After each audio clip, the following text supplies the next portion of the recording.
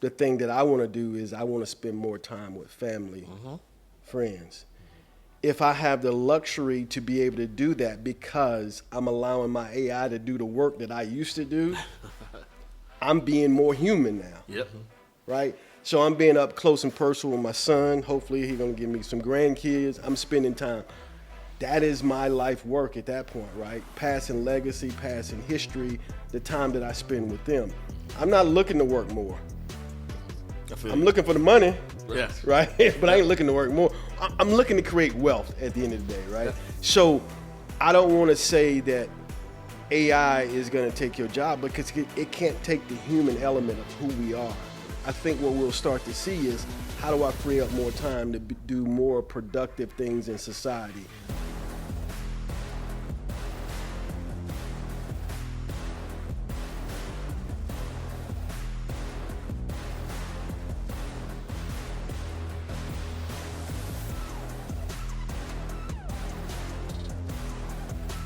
What's good, soulmates? This is your boy Chill from Soul of a Man Podcast, and I'm here with my boy, my wonder twin, Darren DB Bryant. What's going on, DB? My brother, what's good with you? It's good to see you, man. Hey, man, good to be seen and not viewed. Always. Yeah, no doubt, man. Good to see you, brother. Good to be here. Yeah, how you coming in today? You know what, man?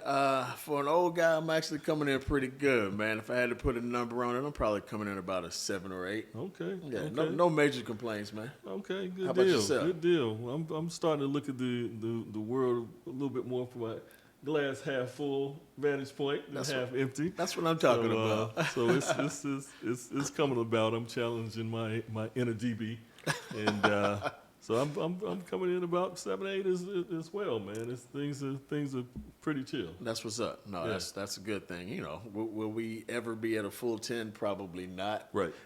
Unless you just kind of give up on life. But considering we're still striving to do some Right, things and right. still got some room to grow. Yeah. We probably won't ever reach that full 10. But as long as we're, as they say in the net promoter score world, as long as we're neutral to a high net promoter score, we're gonna be okay. Right. And in this administration and this economy, is 7, 8 is kind of winning. Bruh, that's a win. That is a win, especially in today's market. Yeah, no doubt. Just kind of trying to keep the head down a little bit and get through. You know, Yeah. Literally get through. Let's get to the midterms and go from there. But counting down, Brother. Yeah, that's a discussion for another day. Right. Get to these midterms.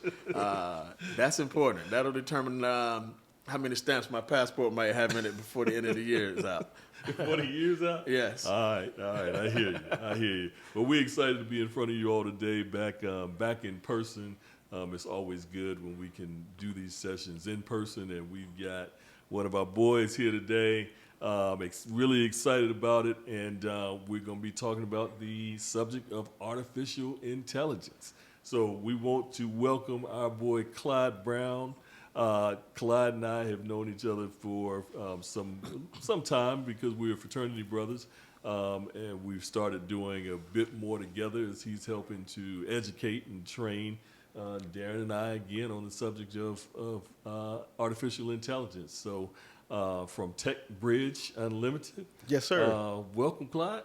Glad to have you here, man. Welcome, man. Glad to be here. Definitely, this is a subject that's near and dear to my heart, but more importantly is, we're going to talk a lot about community and how we use AI to take us to the next level. Yeah.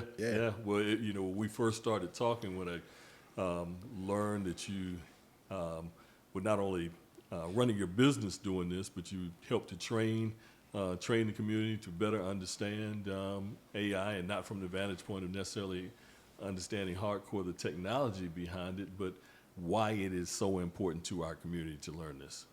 Yeah, no, definitely. We claim ourselves to be about people. We're a people company. We just so happen to be good at technology. So anytime I'm in a community, whether it be church, Divine Nine, our fraternity or what have you, is how do we start to enable our community to look at it from a different angle, right? And AI is one of those tools or one of those changes in life that's going to help us do that. Sounds good.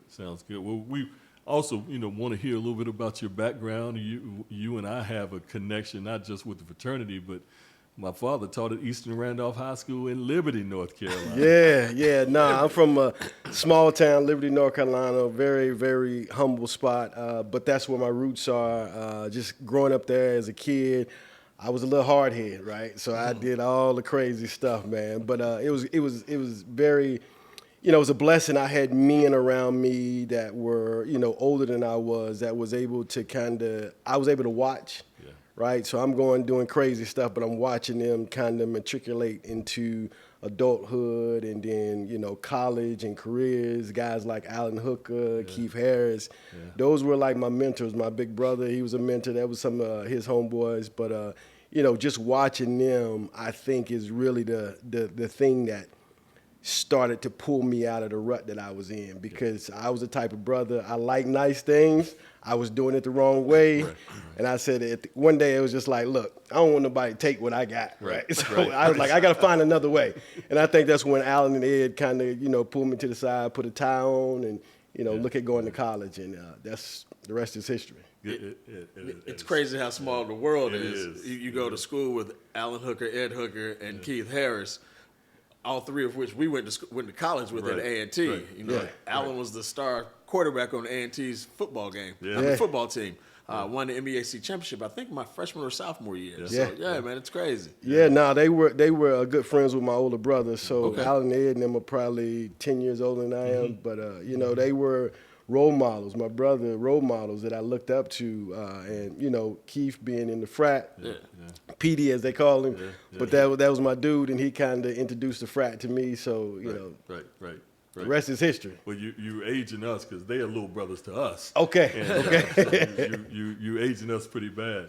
Yeah. But they are mentors to you, and what you've now learned and gained in your adulthood, you've passed along to your legacy. Yeah. I got a son. He's 25 and.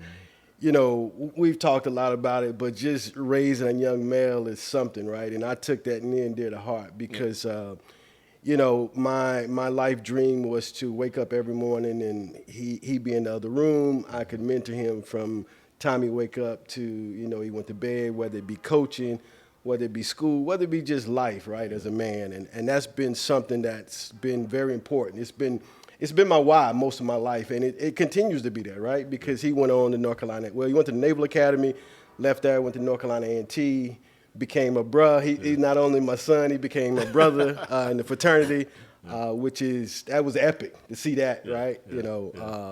So mentoring him, I'll honestly say it was hard while he was in undergrad, but it seemed like a switch flipped.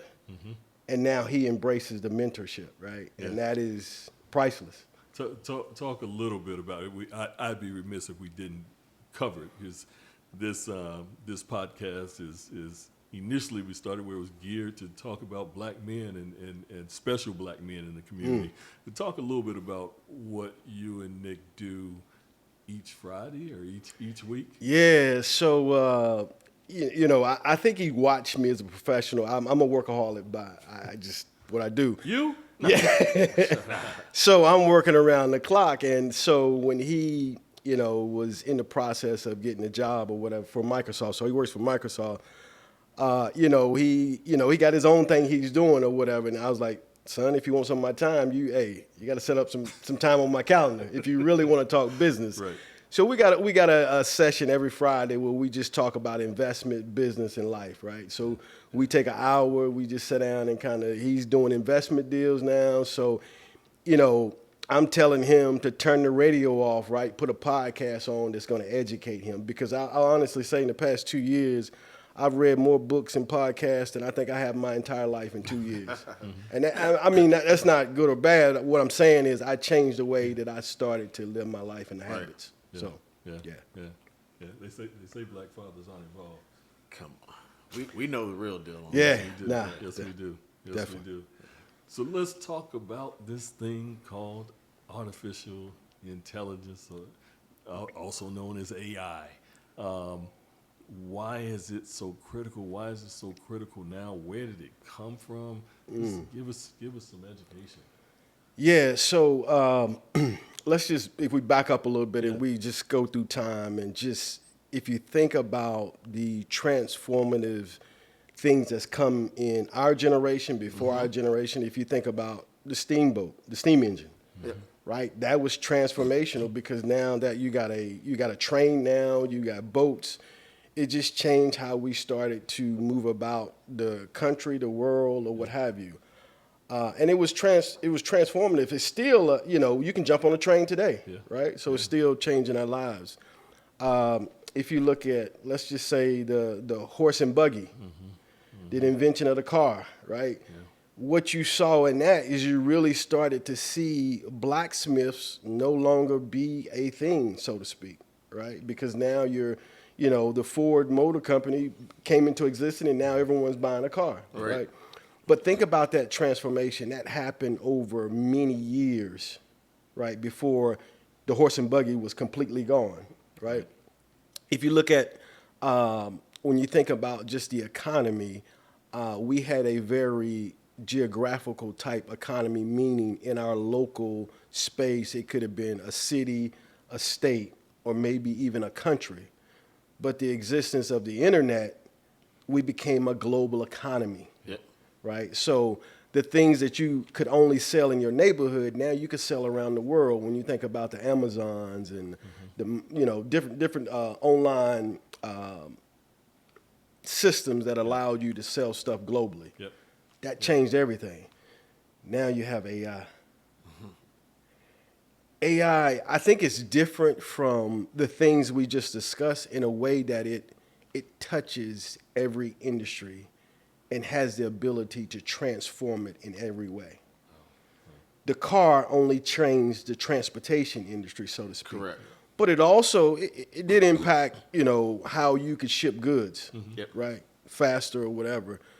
If you think about AI, it's related to all the data, right? So when you think about biotech, curing diseases at a faster rate.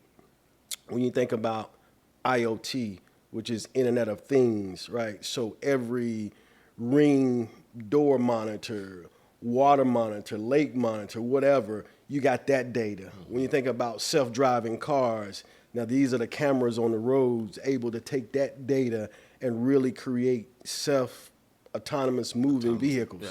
And that's all real time, by the way. Real time, right?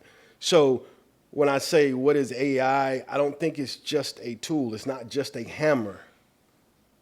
It's an enabler of what do I want to happen today? So let me ask you this. John Hope Bryant stated that in today's market, AI is the great equalizer. It is no longer, or you no longer have the excuse, I'm black, I'm over 50, I'm this, I'm that, because AI levels the playing field. He essentially stated that AI, a person who knows AI can be 60-year-old, and a 30-year-old who doesn't. The 60-year-old is going to have the advantage over the 30-year-old, so that age is no longer going to be an issue. If I'm a black male and I'm going against a white counterpart, and that white counterpart doesn't understand AI, it's no longer going to be a race thing because I am going to win. I'm going to win the race to whatever that is, whatever that end goal is, because I understand AI. So two questions. Number one, how do you see it in terms of leveling the playing field? And then number two, what is it that our community, and we're diving right in, what we should be doing as a race in the community to make sure we're up on AI and because it's here whether we like it or not. Right. So if I take it, question one, really, how do we really start to level the playing field against our counterparts, right? I think at the end of the day, it's just starting, right? When we think about AI, I think when I'm talking to people, they think it's this technical thing, right? What I like to use in a lot of the programs that we lead is really it's not about tech. So we start all our training programs off with identifying your why, right? So if any of you have kids or something that you really desired, right? It doesn't matter if it's raining, you sick, your arm broke or whatever. That why is gonna get you out of the bed. And actually, like I told the story, my son, he was my why, right? Yeah. So when I wanted to quit, I couldn't because my why was pushing me through the door to do, it didn't matter what the how was. Mm-hmm. My why was pushing me through all of how I need to do this or that, right? So from an AI perspective, it's not, knowing how, it's just having a why to push you through your thing. And so I like to tell people, don't think about AI, think about what is it that I want to do, right? So the clients that I engage with, the challenge that I see more than AI is you really having a rash understanding of what you want to do. Mm-hmm. Mm-hmm. So I use a skill that everyone should have. So start to talk about our community. When I go to my community, it's really, I want to help you develop critical thinking skills and really dreaming the dream, right? Because if you can dream the dream and you got critical thinking skills, every person that's successful in life, whether a millionaire, billionaire, whatever, they are big problem solvers. Mm-hmm. That's why they're a millionaire. That's why they're a billionaire. So if I can teach you to critical think, right, you can now start to solve problems. Then you bolt on AI, and now you just became a genius in whatever expert area that you're looking to do, and now you can start to solve those problems. That's why I think those two questions, that's what John Hope Brian is talking about is, one, it can be the equalizer, but two, now when I bring it to my community, if I help them understand how to critical think, right, and leverage this technology to do the thing, they can go solve problems and be very lucrative at it. Right. Got it. We're super distracted as a society. Mm-hmm.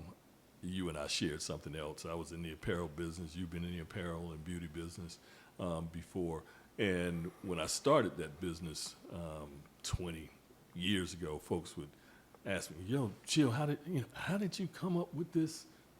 How did you whatever?" I said, "Well, one, I had to sit down and spend some time with me to even think about what it is I wanted to get accomplished."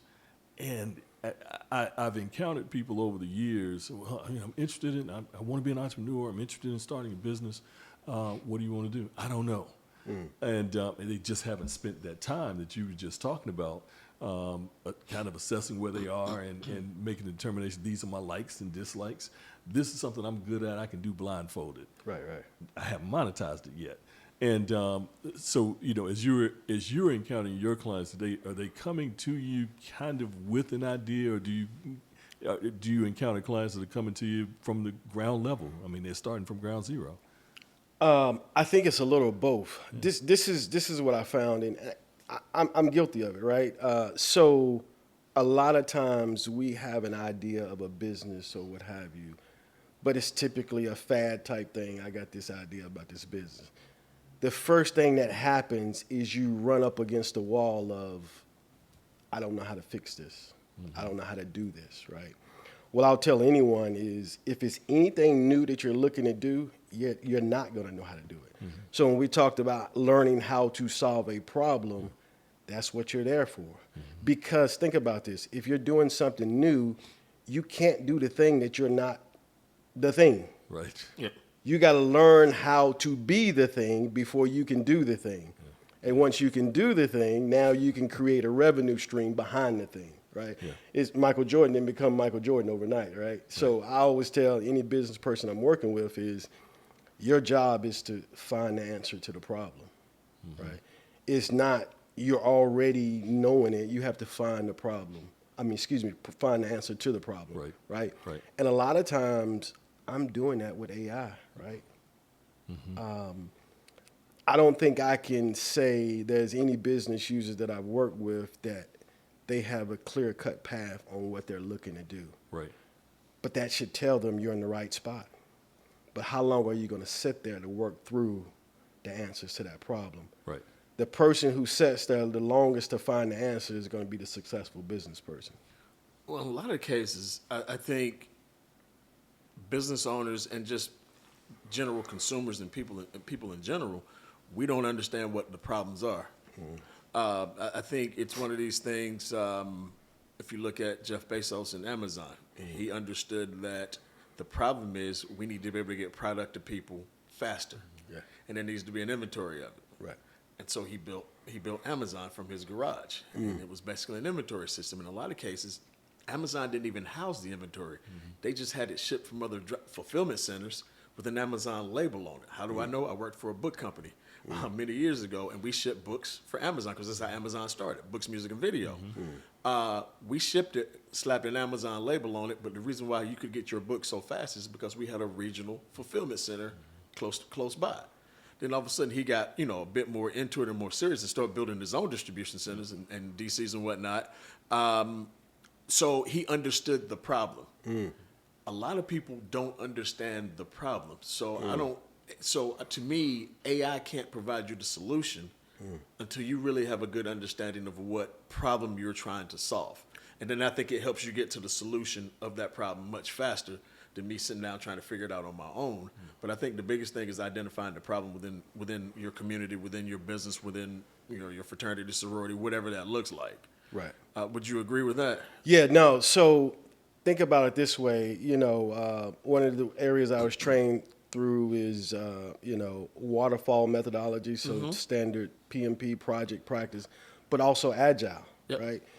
So it's not always knowing the absolute everything of the end game. What it is get started fast, right? Yep. And, who was it? Tony Robbins.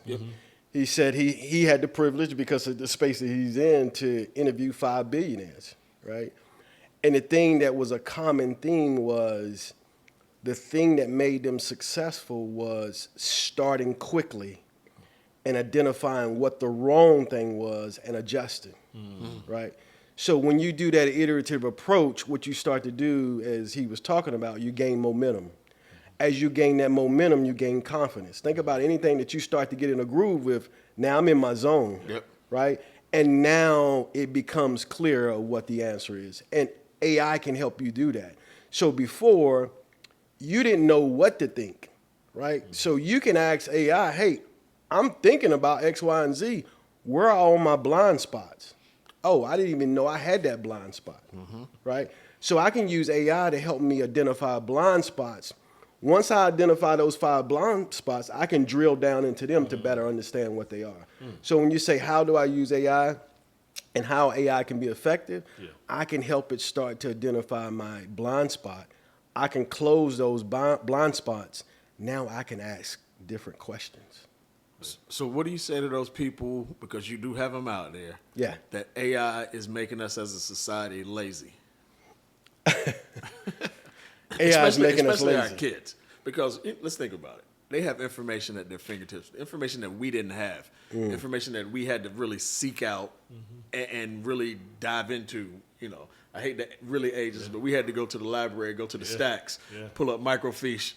People don't understand what microfiche is, man. Right. And really dig down into an article and pull the data out of that article. Now it's like, okay, let me just type in this prompt, and it's right there. What do you say to people who saying, okay, we're getting data faster, but it's also making us lazy as a society? So I'll try to use an analogy with it, right? If I was, or we was to sit down and talk to, let's just say, you said Jeff Bezos, Tony Robbins, some of the millionaires, billionaires who spent their lifetime kind of growing businesses, do you think they're working hard? Today? No. Yeah. Right. So I'm using that example to say, I think my life's work, the thing that I want to do is I want to spend more time with family, friends. If I have the luxury to be able to do that because I'm allowing my AI to do the work that I used to do, I'm being more human now. Right? So I'm being up close and personal with my son. Hopefully he's going to give me some grandkids. I'm spending time. That is my life work at that point, right? Passing legacy, passing history, the time that I spend with them. I'm not looking to work more. I'm looking for the money, right? But I ain't looking to work more. I'm looking to create wealth at the end of the day, right? So I don't want to say that AI is going to take your job because it can't take the human element of who we are I think what we'll start to see is, how do I free up more time to do more productive things in society? One of my life dream now, or what's driving me, God has put on my space, is community. What is that about? So when I'm talking in my frat, the churches, I'm talking about community, because if you look at the economy now, how do we create a self-sustaining ecosystem where we're insulated in areas like this, right? I look at people like Tyler Perry. He's created his own ecosystem that is self-sustaining, right? So he sets the agreements with anyone he works outside his ecosystem, and it's always in his favor. Yeah. That's what we want. Got it. Yeah. So do you think we as an African American community, what do you think we are? Are we on par with this? Are we behind the eight ball? Because this is still relatively new to the world. So whether it's our community, our white brothers and sisters, this is still all relatively new to all of us. Are you finding that we're grasping it fast enough in terms of, when I say it, meaning wanting to be involved, wanting to learn, not necessarily actually learning the tool and grasping what it does and can't do, but the desire to actually learn it? Are you seeing that we're doing that fast enough, or you still think we're kind of dragging behind on it? Yeah, I definitely think we're behind. Okay. I don't think we're learning it fast enough, but I think it's indicative of everything that comes to our community. We're the last to find out. We get it the worst, right? Yep. So we're still in that rut, that space, and data shows that, right? So there was some information. I've been doing research around communities. If you look at the slavery line from as far back as the 60s, 70s, where it is, that southeast slavery line, today it's in the exact same spot. It has not moved, has not changed, and data proves that. But the data also shows the reason it's that way is because of social capital, right? So we tend to liken and communicate with those of a like personality as us. So if it never changes, that slavery line will stay there. And the data also shows, if you're able to change your social capital before the age of 12, you're able to break out of that. After 12, 13 and older, it stays the same. It persists. So no matter where you move, it goes with you, right?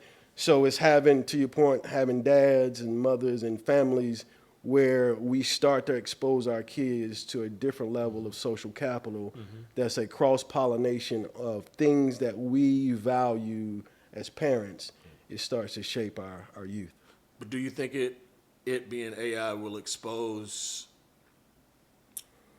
from a social capital standpoint, do you think it will expose, blacks and whites, or do you think it's going to be rich and poor at the end of the day? AI? Yeah.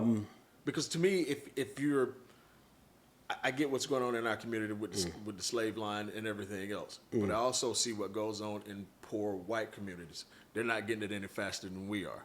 Nope. So essentially, it's becoming two communities almost blending, and that's the have-nots based on social and economic opportunities versus those who are going to be grasping this AI and kind of taking the steps ahead, regardless of what your color, race, gender, whatever it is.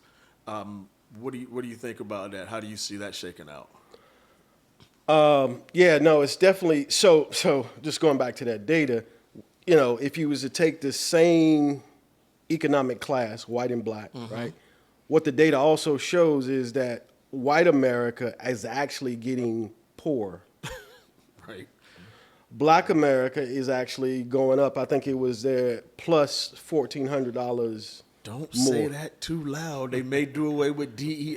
They may do away with all of these. Don't say that too loud because they don't want to believe that. Right. But that is also, to your point, it is a false positive for the African American community, right? So although it's going up, there's a ceiling on it where you can't go any further, right?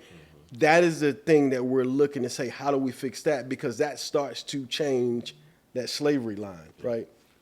Again, the data was showing it's not throwing resources at it, right? It's not higher education because it's still there, right? You look at Charlotte, it's not because you're in a metropolitan, because that's still the South. Yeah. It's not because of that. It's directly related to your social capital. So the things that we're looking at is how do you be very intentional about interjecting differences of social capital into those ecosystems, people, i.e. people of color, right? How do you latch on to those communities and put a rigorous structure or framework around it that starts to measure and make the right adjustments? Got it. Right. Wow. The community touch points, again, you're dealing with businesses and you're dealing with individuals. Are you marketing and seeking them out, or people finding and hearing about you more word of mouth, or how do folks get the information? Yeah, so it's been kind of organic, right? So we do have a company, Techbridge Unlimited. I'm reaching out to community groups to, one, come in and try to understand them more, use AI as a tool to expose them to what the possibilities are. So we're doing a number of some free workshops, just awareness type workshops. Yeah. But we're also trying to, because we're not using DEI money anymore, right?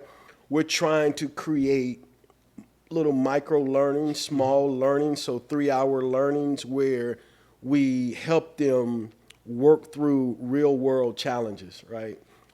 We have some, you guys are part of it. How do I help you in your business solve a use case?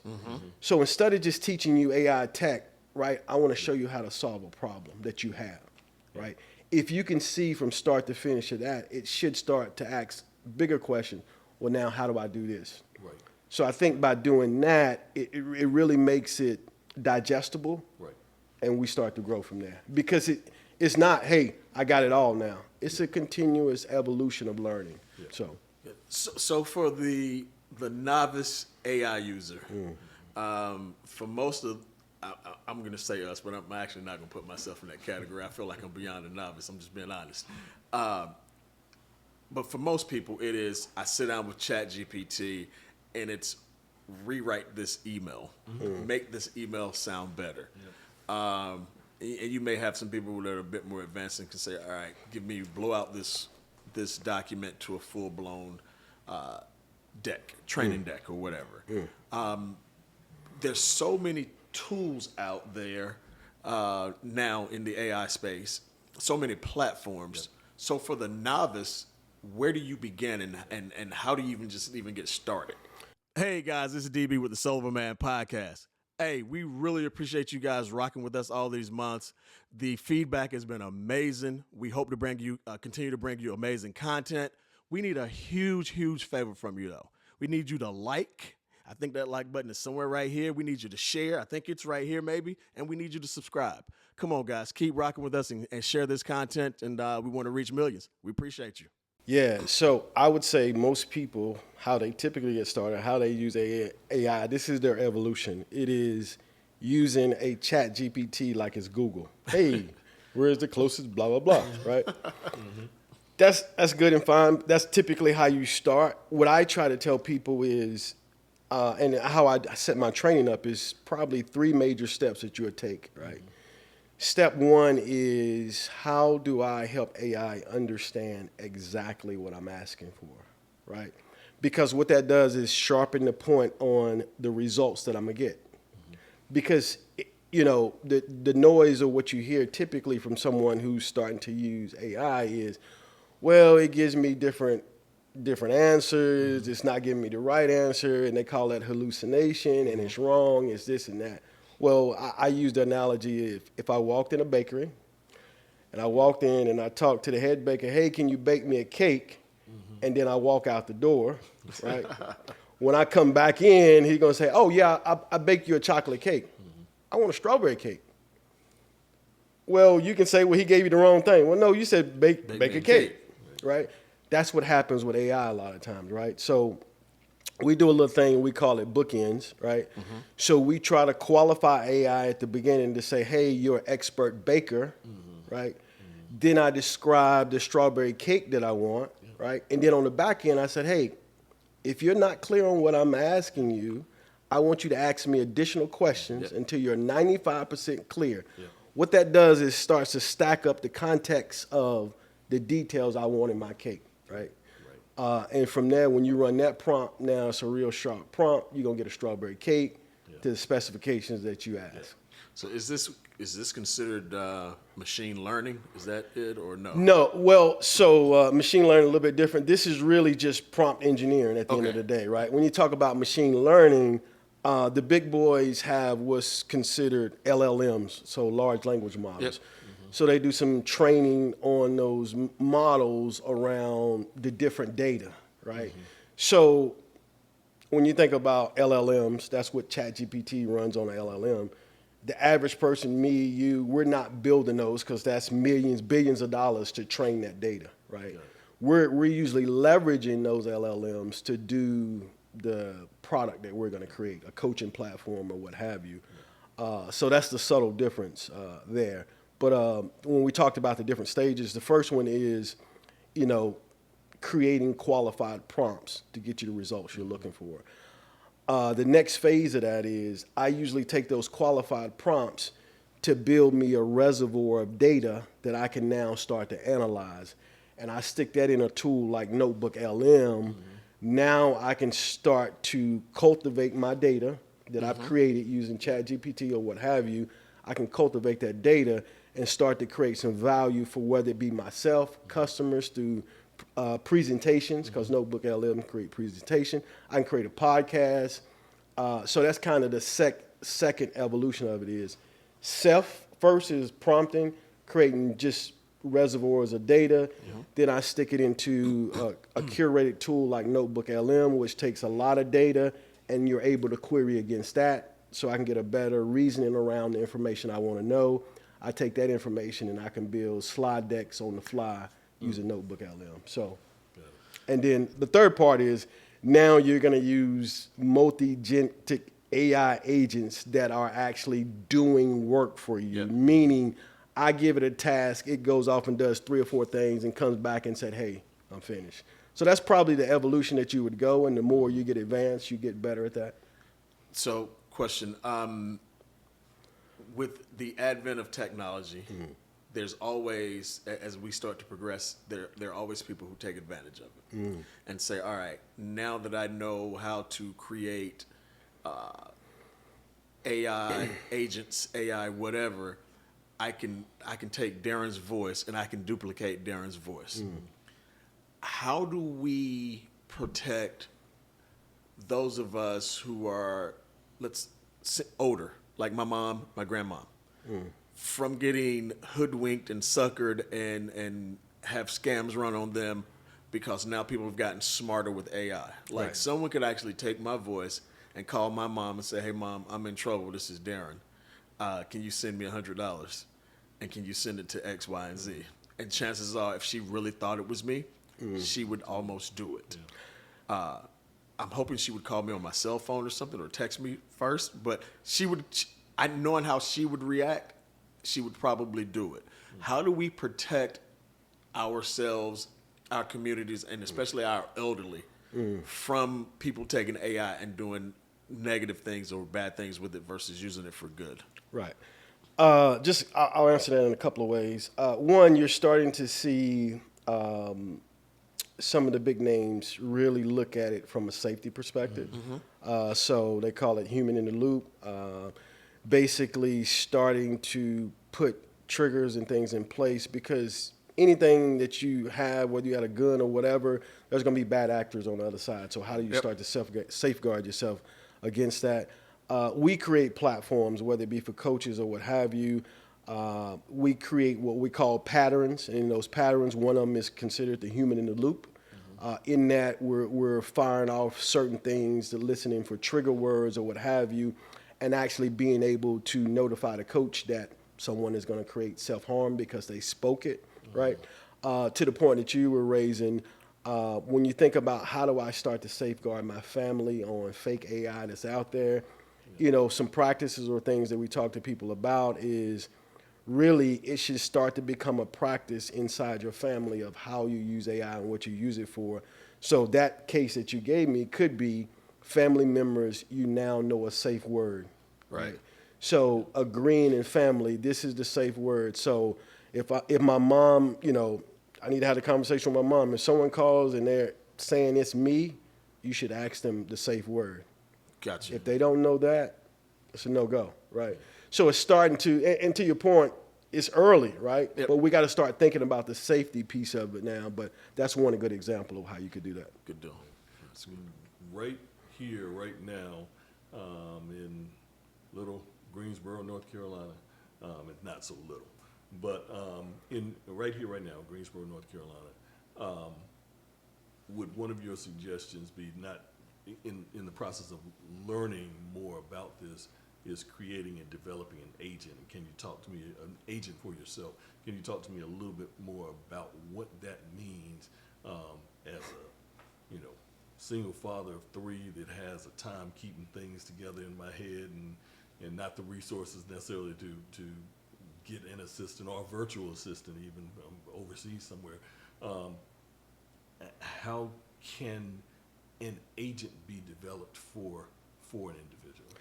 Yeah, no. So there's different ways to develop your agent. The biggest thing when you're actually walking down that process is you start to capture your persona, right?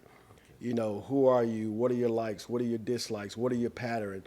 What is data that you have that the agent can start to learn from you? So like when you're using ChatGPT or what have you, you got an account that you log into, it starts to see the different things that you're asking about, you're doing, you're curating or what have you. It starts to now put context to the prompts that you're putting because it now knows a little bit about you. And that's how you actually start to build your agent out. You create, grounded data in, hey, here's 20 emails I've written. This is the tone and how I write my emails.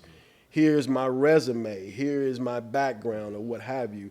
So you start to build it that way first, and then you give it a voice. You give it a look and feel. So there's other AI tools that gives that character your look, feel, or how you want to be portrayed in the public eye. And so you put those two together, and now it starts to respond and talk like you, right? How do I respond to an email? If I get these type of emails, this is how I respond, right? There's mechanics on the back end, but that's probably a more simplistic way that you can do that. Yeah. Got it. You have an agent? I do. Yeah. So you're starting to see on my social media. And so I'm in the works of building that agent out, right? What I don't have right, everyone's like, that's not your voice. That's a Caucasian voice. So I got to get a more urban voice to that thing, a little more hood where I came from. But hey, we're working on that, right? So we're gonna because what I want people to see that and say, I want that. I want to be able to do that, right?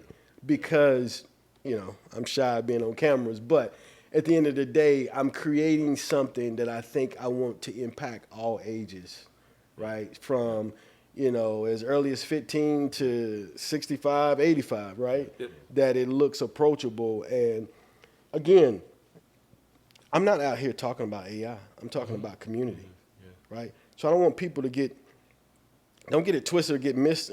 This is really not about AI. It's about building our communities, right? Yeah. Our communities is missing financial literacy. Our community is missing health and wellness. Our community is missing a level of technology and understanding. Our community is missing this whole social capital piece because I promise you, when I made a little money, I moved to another neighborhood and I ain't know nobody in the neighborhood, right? We're missing that togetherness, right? So sometimes our blessings separate us from our blessings, right? So that's what I'm trying to bring back is how do we bring our blessings back together and use them in an ecosystem that benefits us? Good stuff. Good stuff. Yeah, that's interesting. So let's dive a bit more into this community piece, man, because I'm with you. I mean, I think AI is just a tool to kind of help us do whatever it is we're looking to do within those communities. And so it's only as good as the community itself. Where do we start from a community standpoint? Where do we start? I have a reason. I think. I'm sorry, I interrupted you. mine is kind of rhetorical, but I wanted to see where your head goes with this, because I think we've had this institution for all of our lives.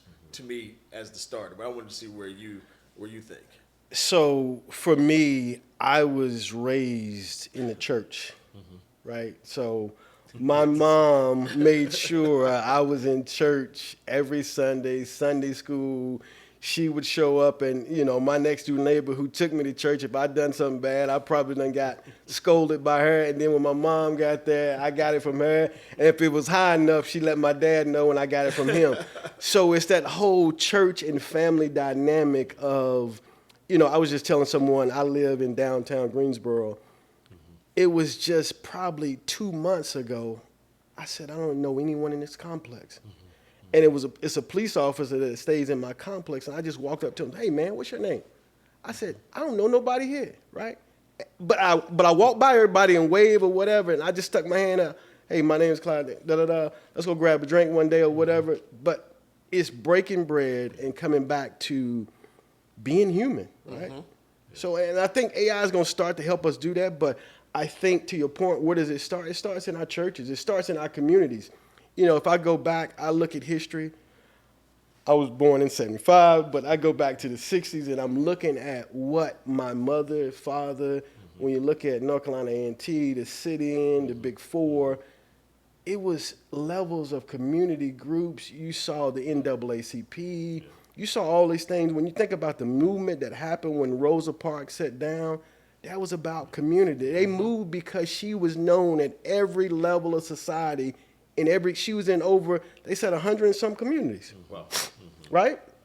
So she used that as she didn't use it. It was a catalyst of when they locked her up, everyone mobilized.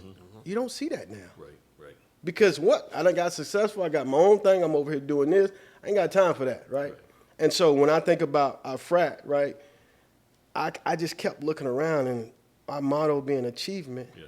Hey, we got to do that, brother. Yeah. We got to do that for our community. And it starts with every level of how we service our community, with our undergraduates, to our Kappa Leaguers, to their families, to our community. That's what it's all about. That's good. Yeah. Back to the church. That's why. How can churches be the catalyst? I mean, because historically, they've been the catalyst for almost everything. I think it has somewhat changed as churches have modernized, this is going to be unpopular. Yeah, what I'm going to say is going to be very unpopular. Some have watered down the word. I won't say the word hadn't watered down, just some preaching it have watered it down. So how do we go into a church where, you may have a young, dynamic pastor, but he's also cautious on how he let people get in front of his parishioners. And I'll leave it there. So how do we get those, and how do we mobilize where we actually can say, all right, we have a church of 500 people. We know they're probably in this church of 500, 3 lawyers, a couple doctors, and most people don't even know that they exist in that church in terms of those titles. Yeah. And so we will seek services outside of our own. We have it right there in this church or this community. So how do we do that? How do we bring that together? So I guess from a biblical perspective, when you look at passages that talk about be fruitful and multiply, right? They ain't talking about having babies, right? If I'm looking at a pastor in a pulpit, if the church only job was to preach the gospel, would that get us where we need to be? Right. No. So what I see from time to time in churches is, I'll use this. If I'm doing a task and it's supposed to be charitable, right, and I do charity, that's good, right? But if I'm doing a task and it's supposed to be empowerment to my church members, but I'm giving them charity, that's an injustice. Would you agree? 1,000%. So the example would be if Sister Sally was getting a turkey this Thanksgiving, right? Yep. And she got a turkey the past 3 Thanksgivings because she was on hard times. Yeah. Did we miss something? Have we really helped Sister Sally? Did we really help her? Yeah. Right. Right? So how do we stop masking the problem, get to the root of it, and help her become self-sustaining, not just for her family, for her neighborhood, for her community, and for society? How do we do that, right? Because that's the gospel. Right. Be fruitful and multiply. How do I help her do that? Yeah. In her own thing, whatever her thing is, right? Right. Right? She has to be filled with the word, yes, but what's next? Right. Right. Right. And if it's not me, meaning the pastor, then who? Who is it? Yeah. Right? How do I bring awareness to the disciplines or businesses within my church community? Because if I am the head of this flock, I got to give you everything you need under the word, Yeah. Yeah. right? Part of it for me is an admission that there's even a problem, which for black church is difficult, you know, and even for us culturally. You got You know this is going on. public, right? I do. Hey, this I won't be probably the- done said too This much. won't be the first time this conversation has been breached. Yeah. Okay, But, okay. But you know, just culturally for us, you know, even you know, in our own homes and lifestyles, life and whatever, we tend to keep things, you know, you don't talk about, you know, what happens in here outside of here, but that institution or those institutions have to be honest and open about their even being, you know, shortcomings. I'll use that term within there that have to be addressed by the word, but some other things in addition to the word. Yeah, it's kind of what I was saying earlier, right? So our community, people of color, has been plagued with, let's throw resources at them, Yeah. right? Yeah. But that doesn't really heal or fix the problem, right? I'm also so I remember being young and saying this all the time. Me and some of my boys, we would have our band done. I own my 40 acres and a mule, Yep. right? At the time, that's what I thought I really wanted, right? But if you look at what data is showing, if I got my 40 acres and a mule, I may have it spent in 5 years and I'm right back where I was at. Yeah. Yeah. But how do you educate me? How do you align me with certain resources? How do you expand my social capital Yep. that not only gives me the 40 acres and mule, Yep. show me how to use it, Yep. why I use it, why it's of value, because now I become the one who you showed me how to fish. Now I can take care of my family. Yeah. Right? Yeah. So, you know, when I look at our churches, when I look at our schools and colleges, my son come through North Carolina A&T. Nothing against it, it's the top HBCU in the country, but he was not ready for Microsoft. He did an internship with me, my company, Yeah. and Cisco, and what we done is we groomed him all along the way, and I'm still doing it. Like I said, we have Friday meetings, and we're talking about, hey, if you're running into a situation like this, this is how you look at it. Now, my son is probably 10 times smarter than me, but he doesn't have the wisdom that I have. So I help layer in that context around a situation of you have a manager, you're going before a review, you got faced with this situation, this is how you handle it, right? Yeah. So you don't get that in school. You get Right. you get the equation or the math problem or You get the theory. theory. There you go. Yeah. Yep. Yeah, yeah, and even and he and I've had this conversation before. Even an on-campus, what do you call it, career placement center. I mean, those I've encountered are lacking. And let me be clear, it's not a knock against North Carolina A&T. Yeah, no. It's college, it's higher ed in general. It's right? higher ed in And how we learn. Yeah. When we had an apprentice program, what we would do is we would kind of in a flipped classroom, but it wouldn't be a structured, yeah, you got to go get these certifications and stuff, but I'm gonna give you a real world situation. Yep. You're gonna work through it. You're gonna get in groups. You're gonna organize. You're gonna self-organize. You're gonna figure out who's the leader, who's the note taker. Yep. You're gonna figure those things out, Yep. and then Yep. you're gonna present to me. Right. Right? So I'm going to give you that real world situation to where you do the work. It's not about taking a test. Yeah. Right? And that's probably my biggest challenge. The test is I got to get it right. Yeah. Yeah. No matter how many times I get it wrong, I just got to get it right. Right. I only need one time to get it right. That's it. Yeah. Yeah. So I know you build communities, and that's your kind of your thing, and AI just happens to be the thing that you utilize to improve those communities as you build them. If someone wanted to say, I want to learn AI, but more importantly, I want to get out of this bubble that I'm in and get into a community, how could they jump into a community that you guys do? How could they learn more information? How does that work? Yeah. So again, we're going to release some information with this video. Yep. But my company is Techbridge Unlimited. My social handle, Clyde Brown on Instagram and LinkedIn. You also can find me on Facebook. We're building a community, right? Yep. And the community is really around, at this moment, we're building a community around just AI and community, right?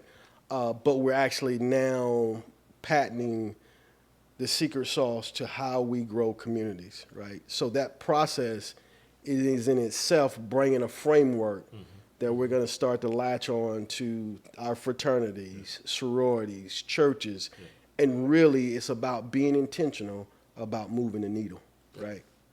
It's not, what I wanted everyone to start to understand is it's not that we're doing the wrong things. We're not measuring the things that we're doing. So you can't make an adjustment. If you can't measure it, it doesn't exist. Doesn't exist. Oh. We're checking the box, right? That's it. Right. Yeah. Right. Now, are you guys having morning meetups? Weekly? Yeah. What does that look like? So we have free meetups that you can jump on Wednesdays afternoon. We're on Zoom on Saturday mornings at 11 o'clock. We're talking AI. We're talking community. But really what we're trying to create is a safe space where you can ask questions. Yep. The barrier is lowered to where you don't feel like, well, I don't know this, I don't know that. You're meeting the community that's the same space that you're at, right?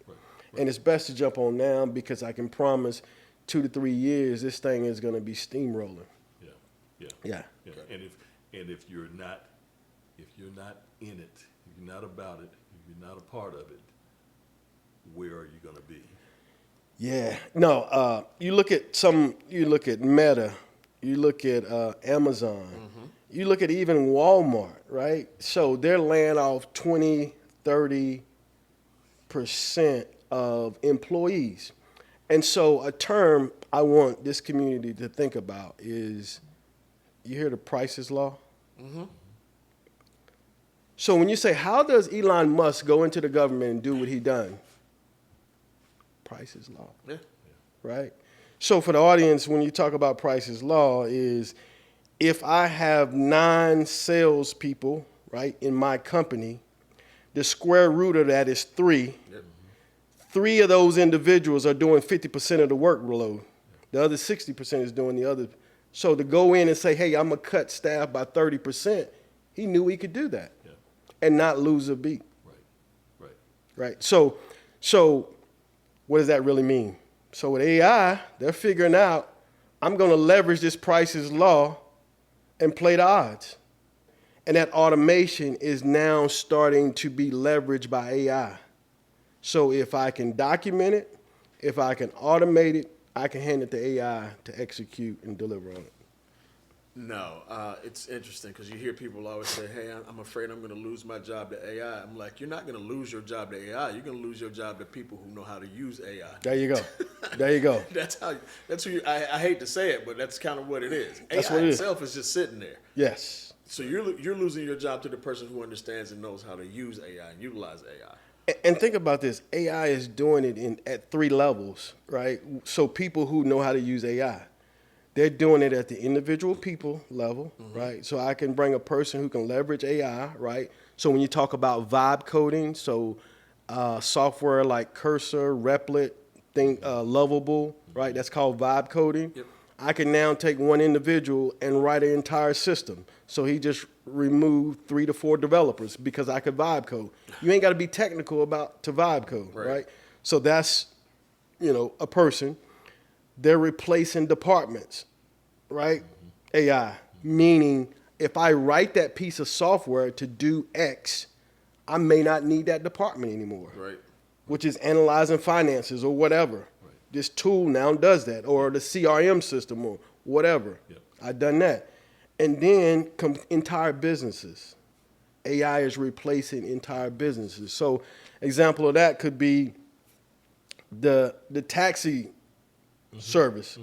Yeah. Uber and Lyft, they've almost demolished that entire business using AI.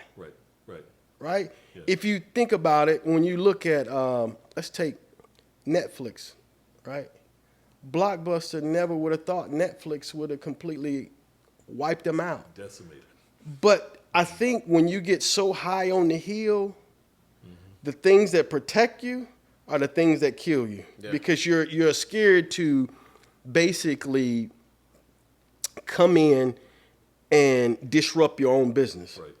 Because you have mechanisms that could protect you against that. Yeah. But by not disrupting your business, someone else is going to disrupt your business. And it's going to put you out of business. And that's the thing. I think when companies get to that point, or individuals, you're always looking through rose-colored glasses. And sometimes, man, you got to take those off and look at yourself in the mirror and see the blemishes. See the blemishes. And when you start to see the blemishes is when you can start to say, all right, we need to do some changes and make some changes. Your Blockbusters of the world, they just thought it was this big, beautiful company. Yeah.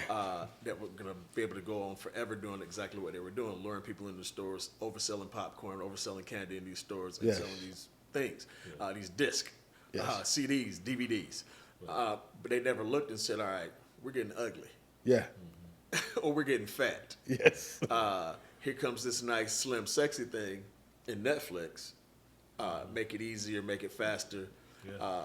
I can get more. I don't have to worry about going into Netflix and says, geez, my favorite movie is not here because Chill and Clyde, they checked them out already. Right. Yeah. It's always there. Yeah. So I think as these businesses grow, they got to, again, take the rose-colored glasses off and really start looking for the blemishes, because where the blemishes are, the opportunities are. Right. And so the blemishes, I think the reason business is hard for them to do that is they don't have a pulse on the feedback, right? So if Blockbuster would have ever realized customers were getting upset about the late fees and things of that nature, right? What Netflix says, hey, I'm just going to charge you $10. Done. Yeah.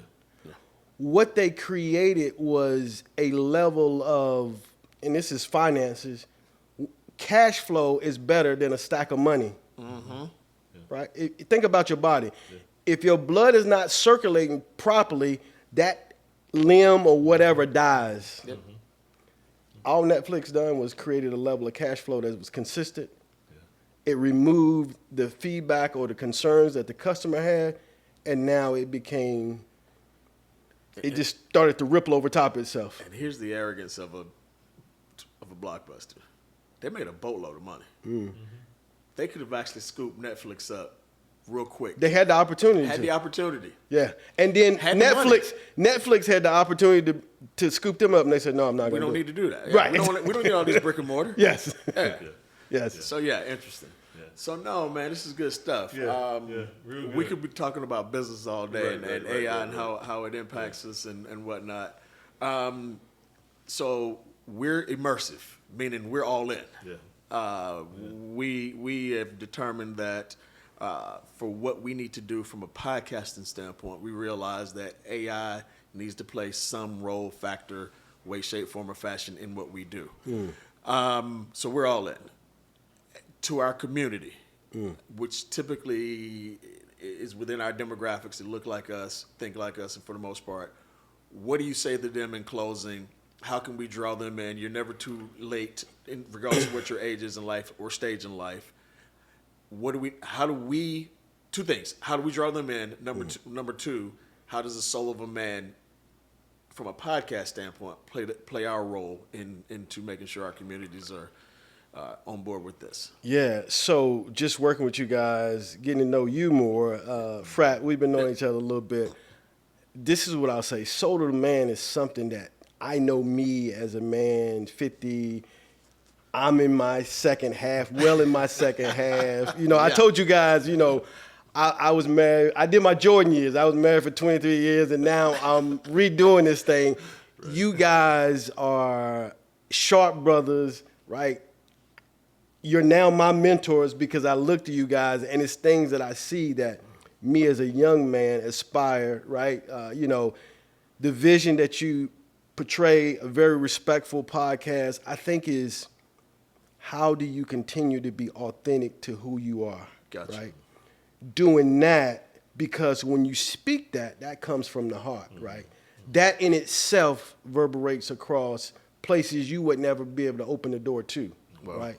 Because I think the more you can hit those true stories, right? When we talk about fatherhood, when we talk about health, when we talk about wellness, I'm a fan because I'm listening to the things that you guys are talking about, the book. That's what our community needs. That's what men need. Women need to hear, right? Because, a woman plays an intricate part into her man being the man that he needs to be, right? So doing those things and being really true to that. And I think something you're talking to me about, just creating an easy step process for me as a young man, getting ready to turn 51. What do I need to do to be a better man? Because it doesn't stop, right? It does. Right. I mean, every step of your life you're changing, and you got to learn the next 2-3 years, right? Yeah. And so you're going through that. So if you can continue to live that way, you continue to live that valued life, right? Perfect. So I think keep doing what you're doing, fellas. Appreciate you, brother. man. Yeah, Do man. appreciate that. Do appreciate that. Well, again, as Darren said, if you all haven't realized from this episode, Clyde loves his business and he loves AI, and Darren and I both love business, and we could have this conversation all afternoon. But we'll have you back, without question. And we, again, as always, we appreciate you all for tuning in, following us, keep encouraging us. We're getting things back on track and on schedule. Yep. And you'll be seeing us in a much more consistent pattern as we were before. We have heard you. We have heard your encouragement, heard your pushes, and heard from you that you want us to keep pushing and keep things going. So we'll be right here. Hey, that's it, man. I couldn't say it any better. This has been the Soul of a Man podcast. Clyde, thank you for joining us, man. Thank you, guys. Yeah. We out. All right. Peace.